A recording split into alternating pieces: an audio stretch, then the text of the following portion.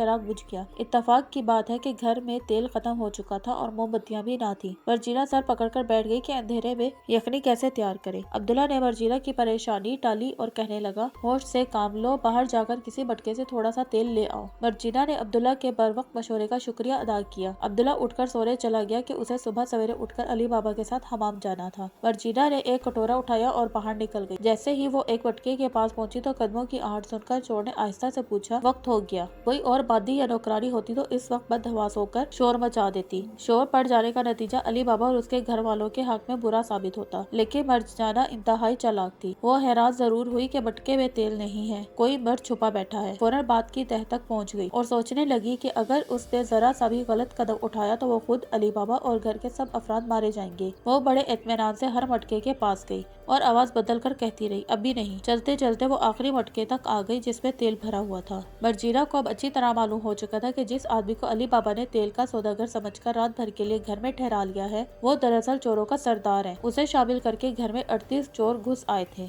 जो किसी वक्त भी लूट मार शुरू कर सकते थे। पहले तो मर्जीना ने मटके में कटोरा डालकर तेल भरा और बावर्ची खाने में जाकर चिराग जलाया। फिर एक बड़ी देग उठाकर मटके तक ले गई और देग को तेल से भर दिया। फिर खूब जोर की आग जलाकर देग को चूल्हे पर चढ़ा दिया। जब तेल उबलने लगा तो उसने बाहर जाकर हर मटके में खोलता हुआ तेल डाल दिया और देखते देखते 37 के 37 चोरों को ठिकाने लगा दिया। जब ये काम मर्जीना की समझदारी और बहादुरी का मुंह बोलता सबूत था किसी शोर शराबे के बगैर खत्म हुआ, तो मर्जीना ने बावर्ची खाने में जाकर दरवाजा बंद कर लिया, धड़ धड़ जलती आग को हल्का किया और यखनी चूल्हे पर रख दी। चिराग बुझा के दम साधे बैठी रही, देखना चाहती थी कि सरदार अब क्या करेगा।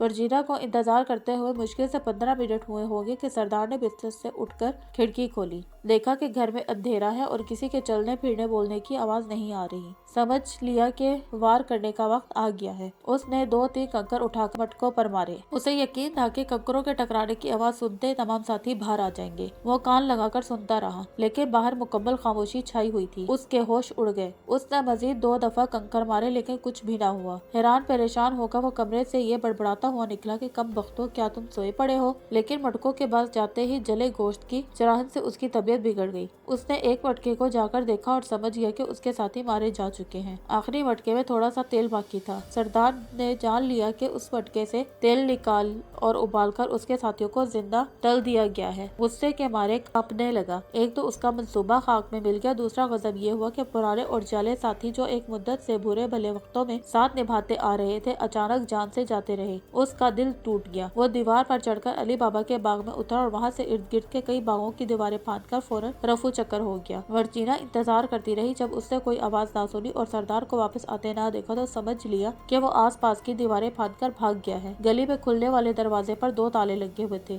इसलिए उधर से वो बाहर नहीं जा सकता था। वो खुश हुई कि अपनी अक्लमंदी से घर को तबाही से बचा लिया और बेफिक्र होकर सो गई। अली बाबा ने सुबह सवेरे उठकर हमाम की राह ली। उसे खबर भी ना थी कि रात घर में क्या खेल खेला गया। वजह ये है कि मर्जीना ने उसे जगाना मुनासिब ना समझा था और चोरों का सफाया करने के बाद उसे खबरदार करने की जरूरत भी कहाँ रही थी। जब वो हमाम से नहा धोकर और कपड़े बदल कर लौटा तो धूप निकल आई थी। घर आकर देखता क्या है कि मटके जू के तो आगे में धरे हैं, खच्चर इस्तबदल में खड़े हैं और सौदागर का कहीं पता नहीं। दरवाजा मर्जीना ने खोला था। अली बाबा ने हैरान होकर पूछा कि क्या मामला है। मर्जीना ने कहा, खुदा आपको और आपके घराने को अमान में रखे। अगर आप मेरे साथ चले और जो मैं दिखाना चाहती हूँ देखे तो आप खुद ही समझ जाएंगे कि क्या चक्कर है। मुझसे कुछ पूछने की जरूरत ना रहेगी। मर्जीना ने दरवाजा बंद किया और अली बाबा उसके पीछे पीछे चल पड़ा। मटकों के पास जाकर मर्जीना ने कहा, देखिए मटकों में तेल है कि नहीं। अली बाबा ने एक मटके में झांका तो उस आदमी के आसान खता हो गए और जोर से चीखा, ये कौन? मर्जीना बोली, आप डरिए मत, जिस आदमी पर आपकी नजर पड़ी वो अब आपका या किसी और का कुछ नहीं बिगाड़ सकता। अली बाबा ने कहा, ये तुम मुझे क्या दिखा दिया को तो हल करो। मर्जीना बोली, आप अपने होशो हफाज कायम रखें। अगर आपने ज्यादा शोर मचाया तो सारे पड़ोसी दौड़े चले आएंगे और जो कुछ आपने देखा है उसे राज ही रहना चाहिए। इसी में हम सबकी भलाई है। जानिए, तमाम मटकों में झांकिए। अली बाबा ने एक एक करके मटकों में झांका। सब में आदमी मरे पड़े थे। आखिरी मटके को देखा तो उसमें थोड़ा सा तेल मौजूद था। वो बड़ी देर तक बुत बना खड़ा रहा। रहा। कभी बटकों पर नजर डालता, कभी मर्जीना की तरफ देखता। वो इतना हैरत ज़दा था कि उससे बोला भी नहीं जा रहा था। आखिर जब उसकी हालत कुछ संभली तो कहने लगा, और वो सौदागर कहाँ गया? मर्जीना ने कहा, कैसा सौदागर? कहाँ का सौदागर? ऐसे मक्कार बड़े देखे हैं। मैं बताती हूँ कि वो कौन था और कहाँ गायब हो गया। पहले आप घर में कदम रखें और यखनी नोश फरमाएं जो मैंने आपके लिए तैयार की है। अली बाबा अंदर तो चला गया, लेकिन इस अजीब वाक्य को सुनने के लिए इतना बेचैन था कि पहले बोला, पहले मुझे बताओ कि हुआ क्या है। यखनी मैं बाद में पी लूंगा। मर्जीना ने बताया कि रात किस तरह चिराग गुल हो गया। घर में तेल था न मोम थी। अब्दुल्ला के कहने पर वो किसी मटके से जरूरत भर तेल लेने निकली तो पता चला कि तेल सिर्फ एक मटके में है, बाकी मटकों में तो चोर छुपे बैठे हैं। किस तरह उसने सरदार की आवाज बनाकर उन्हें धोखा दिया और फिर तेल उबालकर मटके में डाला। सब चोर मर गए। जब सरदार को मालूम हुआ कि साथी मर चुके हैं तो वो दीवारें फांद कर भाग गया। सारा अहवाल सुनाकर मर्जीना ने कहा, इससे पहले भी मैंने 2 दफा चालाकी से काम लेकर आप सबको बचाया और उसका जिक्र तक कभी नहीं किया। एक दिन मैं बाहर से आई तो देखा कि दरवाजे पर सफेद चाक से निशान लगा हुआ है। मैं समझ गई कि दाल में कुछ काला है। मैंने वैसे ही निशान दूसरे मकानों के दरवाजों पर भी लगा दिए। इसके बाद किसी ने हमारे दरवाजे पर लाल रंग से निशान लगा दिया। इसका तोड़ भी मैंने वही किया, यानी वैसे ही लाल निशान दूसरे मकानों के दरवाजों पर भी लगा दिए। दोनों दफा चोरों को मुंह की खानी पड़ी। कुल 40 चोर थे, उनमें से 37 मारे जा चुके हैं। सरदार भाग गया, 2 का अता पता नहीं। ये चोर आपकी जान के दुश्मन हैं। आपको हर वक्त चौकन्ना रहना चाहिए। खतरा अभी टला नहीं। ये गुफ्तगू सुनकर अली बाबा को अंदाजा हुआ कि मर्जीना का उस पर और उसके खानदान पर कितना बड़ा एहसान है। कहने लगा, मर्जीना तुमने जो खिदमत अंजाम दी है उसका तुम्हें बहुत बड़ा इनाम मिलना चाहिए। लो पहली बात सुनो, आज से मैंने तुम्हें आजाद किया। अब तुम मेरी या किसी और की बाती नहीं। तुम्हारे कहे का मुझे यकीन है कि चोरों ने मुझे मारने के लिए बार बार जाल बिछाया, मगर तुमने कमाल समझदारी दिखाकर उनकी हर चाल नाकाम बना दी। खुदा की मदद से और तुम्हारी अक्लमंदी से बाकी बच्चे मकारों का भी खात्मा हो जाएगा और दुनिया में उनके जुल्म और सितम का निशान बाकी नहीं रहेगा। लेकिन अब सबसे पहले राजदारी के साथ इन चोरों की लाशों को जमीन में दफनाना होगा। ये काम अब्दुल्ला को साथ लेकर मैं खुद करूँगा। अली बाबा के बहुत लंबे चौड़े बाग में एक तरफ घने दरख्तों का झुंड था। दरख्तों के पास अली बाबा और अब्दुल्ला ने इतनी बड़ी खंदक खोदी जिसमें मरे हुए चोर समा जाए। उस जगह मिट्टी नरम थी, इसलिए खंदक खोदने में देर न लगी। बटकों से लाशें निकालकर खंदक में डाली और खंदक में दोबारा मिट्टी भर दी। बटके उठाकर घर में रखे। खच्चर अली बाबा को दरकार न थे, उन्हें एक एक दो दो करके बेच दिया। यहाँ तो अली बाबा पर यह धुन सवार थी कि उसका राज किसी पर न खुले और लोगों को हरगिज इल्म न हो कि आखिर वो थोड़े अरसे में बैठे बिठाए इतना अमीर कैसे हो गया। उधर चोरों का सरदार गमों का मारा दिखियारा अकेला गार को लौटा। अपनी नाकामी पर रंजीदा के अली बाबा से इंतकाम लेने की तमन्ना ख्वाब में मिल गई। अकल का चिराग गुल हो चुका था और उसकी समझ में न आता था कि अली बाबा से कैसे निपटे। गार बिल्कुल सुनसान पड़ा था, साथी मारे जा चुके थे। गार में खुद को अकेला पाकर सरदार पर खौफ तारी हो गया। वो रो रो कर कहने लगा, अरे मेरे बहादुर जवानों, मेरे पुराने साथियों, तुम कहाँ चले गए? तुम्हारे बगैर मैं क्या ही कर सकता हूँ। दुख है तो ये कि किस्मत ने तुम्हारे साथ क्या हाथ किया। तुम सबको जिल्लत की मौत नसीब हुई। इस तरह मरना तुम्हारी शान के खिलाफ था। अगर तुम सब जो सही मायने में जीदार थे तलवारें हाथ में लेकर जान दे देते तो मुझे इतना पछतावा न होता। अब तुम जैसे जियाले मैं कहाँ से इकट्ठे करूँ? ये कैसे मुमकिन है कि मैं नए साथियों को तलाश करने के लिए निकल पड़ूं और खजाने की तरफ से गाफिल हो जाऊं? अली बाबा इस खजाने की ताक में है, उससे मजीद मोहलत क्यों दूं? मैं जो काम तुम सबके साथ होते हुए भी अंजाम न दे सका अब मैं अकेले ही भुगताऊंगा। जब ये खजाना महफूज हो जाएगा तो नए साथी और कोई ऐसा सूरमा तलाश करूंगा जो मेरी जगह संभाल सके। वो सब इस खजाने को मुद्दतों महफूज रखेंगे और इस पे इजाफा भी करते रहेंगे। जब उसने ये फैसला कर लिया तो उसके सर से बोझ उतर गया। इसके बाद वो रात भर चैन से सोता रहा। अगले दिन मुंह अंधेरे उठकर उसने वही लिबास पहना जो अपने लिए तजवीज किया था और उस मंसूबे के ऐन मुताबिक जिसका ख्याल उसके जहन में आया था शहर जाकर एक सराय में क्याम किया। सरदार को पूरा यकीन था कि अली बाबा के घर पर उस रात जो कुछ हुआ था उसका चर्चा शहर में हर तरफ होगा। इसलिए बातों बातों में उसने सराय के मालिक से पूछा कि पिछले दिनों शहर में क्या खास वाक़यात पेश आए थे। सराय वाले ने बतीरे इधर उधर के किस्से सुना डाले, लेकिन जो बात सरदार सुनना चाहता था उसका सिरे से जिक्र ही नहीं किया। सरदार समझ गया कि अली बाबा ने तहा की राजदारी से काम लिया है। वो नहीं चाहता था कि लोग पूछगछ करें कि आखिर इतने बहुत से चोर क्यों उसकी जान लेने के ख्वाह थे और उसे मजबूरन खजाने का राज आम करना पड़े। सरदार ने ठान लिया कि वो अली बाबा को ठिकाने लगाकर ही दम लेगा। वो जान गया कि ऐसे खतरनाक और चालाक दुश्मन को खत्म करने के लिए हर मुमकिन से मुमकिन तदबीर से काम लेना पड़ेगा और छुप कर वार करना जरूरी है। सरदार मंसूबा तैयार कर चुका था। घोड़े पर चढ़कर गार का रुख किया। वहाँ से तरह तरह के कीमती कपड़े लादकर सराय में लाता रहा। उसे गार और शहर के दरमियान बहुत से फेरे लगाने पड़े। आते जाते हुए पूरी तरह चौकस रहता ताकि कोई उसका पीछा ना कर सके। जब ढेरों कपड़े जमा हो गए तो उसने एक دکان کرائے پر لی اور سارا سامان وہاں لا رکھا۔ اتفاق سے بازار میں اس دکان کے ٹھیک سامنے قاسم کی دکان تھی،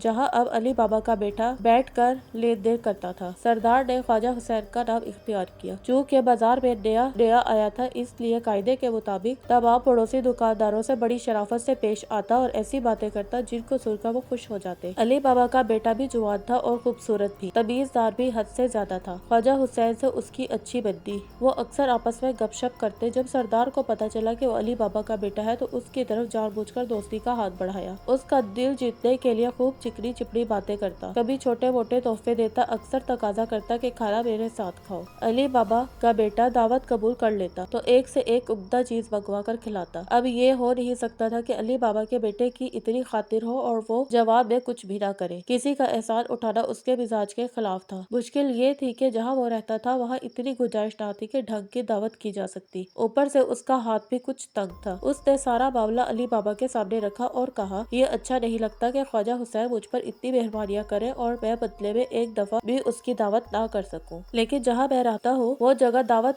کے لیے مناسب نہیں۔ علی بابا نے خوش ہو کر جواب دیا، دعوت کا بندوبست میرے ذمہ رہا۔ بیٹے کل جمعہ ہے، بازار بند رہے گا، دوپہر کے بعد خواجہ حسین کے ساتھ ٹہلنے کے لیے چلے جانا۔ سیر سے واپسی پر ادھر سے گزرو جیسے محض اتفاق سے یہاں آ نکلے ہو۔ خواجہ کو گھر میں لے آؤ، میں جا کر ورجینا سے کہہ دوں گا کہ رات کے لیے کھانا تیار کر دے۔ اگلے دن دوپہر کو خواجہ حسین اور علی بابا کا بیٹا سیر کے لیے نکل گئے۔ واپسی پر علی بابا نے ایسا راستہ اختیار کیا جو علی بابا کے گھر کے آگے سے گزرتا تھا۔ وہاں پہنچ کر بیٹے نے دروازے پر دستک دی اور بولا، جناب یہ میرے والد صاحب کا گھر ہے۔ میں نے ان سے آپ کا ذکر کیا تھا کہ کس طرح آپ میری خاطر کرتے ہیں، وہ میرا دل بہلانے کا کوئی موقع ہاتھ سے نہیں جانے دیتے۔ یہ سن کر انہوں نے آپ سے ملاقات کی خواہش ظاہر کی۔ آپ گھر میں تشریف لے چلے، میری اور والد صاحب کی عزت افزائی ہوگی۔ آپ نے جہاں مجھ پر اتنی مہربانیاں کی ہیں وہاں یہ کرم بھی فرما دیجیے۔ خواجہ حسین کی دلی خواہش یہ تھی کہ کسی طرح علی بابا کے گھر میں آنے جانے کو بہانہ ہاتھ آ جائے، تاکہ موت کا ملتے ہی چھپ چھپاتے اپنے آپ کو خطرے میں ڈالے بغیر علی بابا کو ہلاک کر کے چلتا بنے۔ تاہم پہلے پہل اس نے ظاہر کیا کہ رکنے پر راضی نہیں اور رخصت ہوا چاہتا ہے۔ اتنے میں ایک نوکر نے دروازہ کھول دیا اور علی بابا کا بیٹا خواجہ حسین کا ہاتھ پکڑ کر گویا زبردستی اندر لے گیا۔ علی بابا نے مسکرا کر خواجہ حسین کو خوش آمدید کہا اور بڑے خلوص سے شکریہ ادا کرتے ہوئے بولا، آپ میرے بیٹے کے ساتھ بہت اچھی طرح پیش آتے ہیں، ابھی یہ نوجوان ہے، دنیا کے معاملوں کی زیادہ سوچ بوجھ نہیں رکھتا۔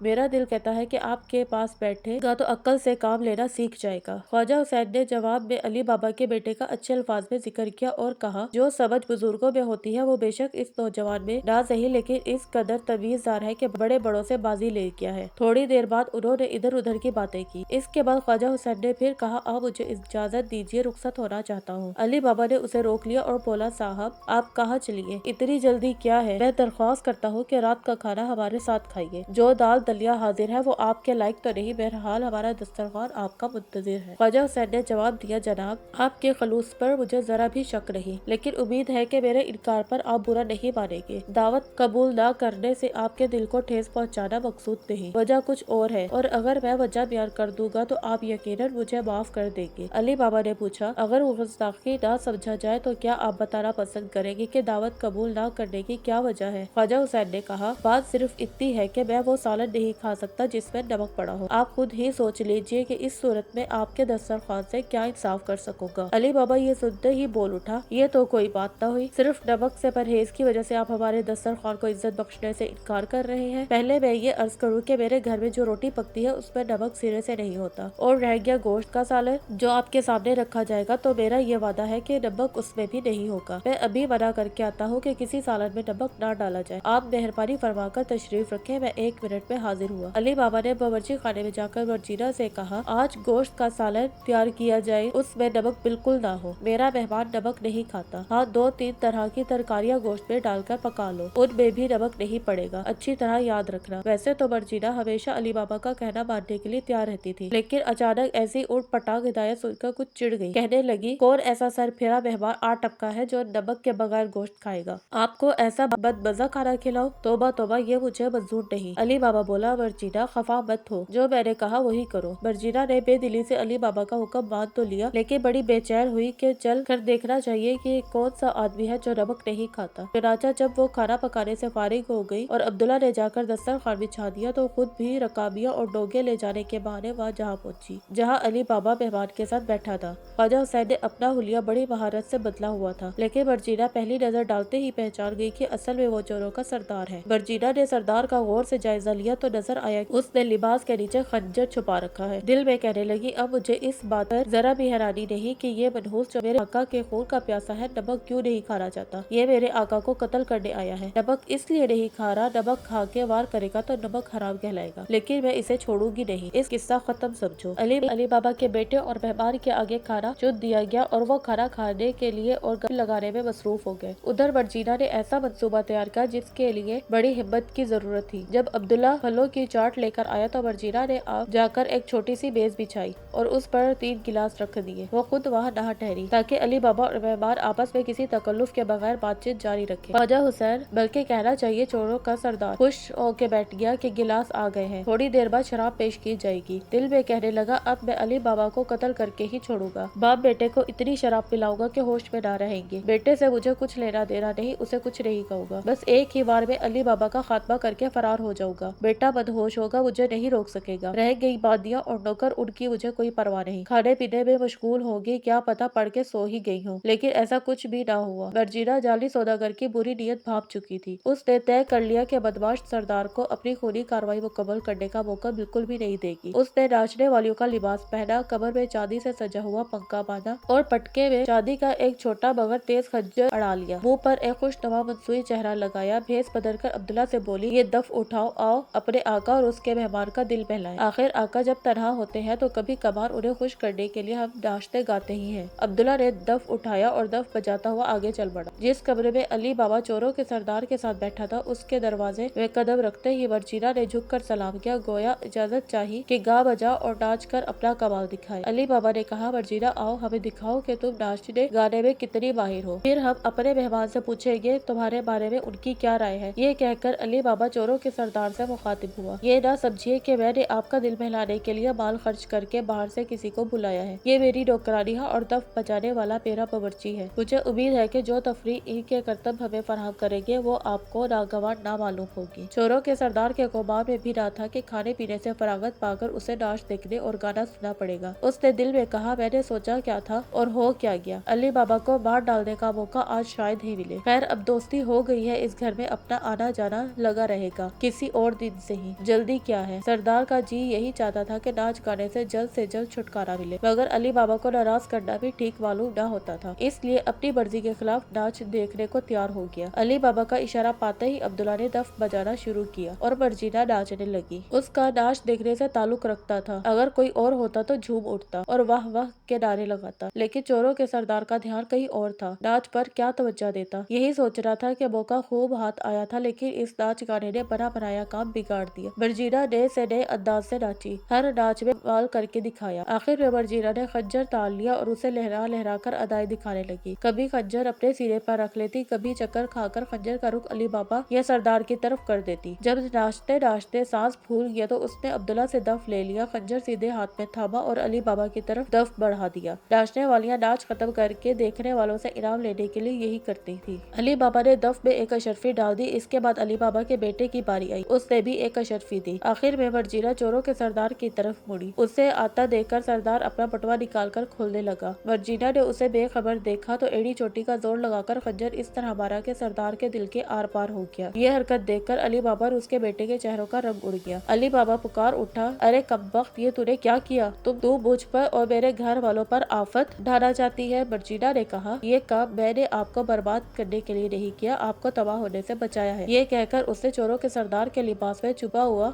खंजर निकाल कर दिखाया और बोली, आप किस दुश्मन को मेहमान बनाकर घर ले आए, जरा गौर से देखिए। ये वही है जो आपके पास तेल का सौदागर बनकर आया था, यही जो असल में चोरों का सरदार था और आपको कत्ल करने का इरादा रखता था, यही वो बदमाश था जिसे आपका नमक खाने से इनकार था। जब आपने खाने में नमक न डालने की हिदायत की तो मैं उसी वक्त खटक गई थी। इसे देखे बगैर ही मेरे दिल में शक पैदा हो गया था। जब मैंने आकर इस पर नजर डाली तो मेरा शक यकीन में बदल गया। मर्जीना की बातें सुनकर अली बाबा की हैरत और खुशी की इंतहा न रही। उसकी समझ में आ गया कि मर्जीना ने अपनी दानाई से 2 मरतबा उसकी जान बचाई है। उसने उठकर मर्जीना को गले लगा लिया और बोला, मर्जीना, तुझे आजाद मैं पहले ही कर चुका हूँ। यही नहीं, मैंने वादा किया था कि तेरे साथ इतना अच्छा सलूक करूंगा कि तू निहाल हो जाएगी। अब सुन, मैंने जो कहा था वो करके दिखाता हूँ। आज से तू इस घर में मेरी बहू बनकर रहेगी। फिर वो अपने बेटे से मुखातिब हुआ, बेटे, मुझे पता है तुम निहायत फरमाबरदार हो, मेरा कहा ना टालोगे, मर्जीना से शादी करने पर तैयार हो जाओगे। देखो, चोरों के सरदार ने किस बकारी से तुमसे दोस्ती बढ़ाई। मकसद ये था कि दोस्ती की आड़ में मौका पाकर मुझे मार डालेगा। इसमें कोई शक नहीं कि मुझे कत्ल करने के बाद वो तुम्हें भी जिंदा नहीं छोड़ेगा। मर्जीना की जहानत ने हमारे खानदान को खत्म होने से बचा लिया है। वो हमारा सहारा बनी और तुम्हारी बीवी बनकर हमारे हक में और भी भली साबित होगी। बेटे ने जरा भी टाल मटोल ना की और फौरन हाँ कर दी। इसकी एक वजह ये थी कि वो हमेशा बाप का कहा मानता था। बड़ी वजह ये ठहरी कि मर्जीना उसे पसंद भी थी। ये कोलो करार हो चुका था। उन्हें चोरों के सरदार की लाश ठिकाने लगाने की फिक्र हुई। जहाँ उसके बाकी साथियों को बाग में गाड़ा था, वहीं गड्ढा खोदकर उसे भी दफना दिया। ये काम इस सफाई से अंजाम दिया कि अड़ोस पड़ोस में किसी को भी खबर न हुई। कहते हैं 20 साल गुजर जाने के बाद इस रात से पर्दा उठा, लेकिन उस वक्त तक किसी को परवाह भी न रही थी कि चोरों या उन चोर के सरदारों का कैसे और किसने कत्ल किया। चंद रोज बाद अली बाबा ने अपने बेटे और मर्जीना की बड़ी सादगी से शादी कर दी। उसे ये देखकर इत्मीनान हुआ कि शादी में शरीक होने वाले दोस्तों और पड़ोसियों को बिल्कुल भी इल्म न था कि ये शादी किस बिना पर हुई थी। जो लोग मर्जीना की खूबियों से वाकिफ थे, उन्होंने अली बाबा की दानिशमंदी को सराहा और ये भी कहा कि वो बड़े दिल वाला है जो बेटे को बादी से ब्याह दिया। अली बाबा चोरों की गार में आखिरी दफा कासिम की तलाश में गया था। मर्जीना और बेटे की शादी के बाद भी एक मुद्दत तक उसने गार का रुख न किया। उसे डर था कि चोर अभी बाकी है। सोचता था कि शायद वो गार में छुपे हुए हों। उधर गया तो उसे मार ही न डाले। अली बाबा को खबर होती भी कैसे कि वो दोनों पहले ही मारे जा चुके हैं। 1 साल गुजर गया, चोरों की कोई खबर न मिली। अली बाबा के दिल से खौफ जाता रहा। एक रोज उसने घोड़े पर सवार होकर जंगल की राह ली। पूरी तरह चौकस रहा कि कोई उसका पीछा तो नहीं कर रहा, कोई उसकी ताक में तो नहीं। जब वो गार के पास पहुंचा तो अंदाजा हुआ कि बहुत दिन से वहाँ कोई आया गया नहीं। ये देखकर अली बाबा का हौसला बढ़ गया। घोड़ा एक जगह बांधा और गार के सामने जाकर खुल जा सिब सिब कहा। दरवाजा खुल गया। अंदर कदम रखते ही उसे यकीन आ गया कि चोरों के सरदार के मरने के बाद किसी का वहाँ से गुजर नहीं हुआ था। इस बात का ये मतलब था कि 40 चोर मर खप चुके थे और दुनिया में वो वाहिद आदमी है जिसे गार में आने जाने का तरीका मालूम है और वही अब कुल खजाने का मालिक है। उसने बेफिक्र होकर ढेर सारी अशरफिया थैले में भरी और घर का रास्ता लिया। बाद में वो अपने बेटे को साथ लाया और उसे दरवाजा खोलने और बंद करने का तरीका समझा दिया। इस तरह वो दोनों अमीर से अमीर तर होते गए और बड़े बड़े ओहदे उनके हिस्से में आए। सुना है कि खजाने का राज नस्लों तक उनके खानदान में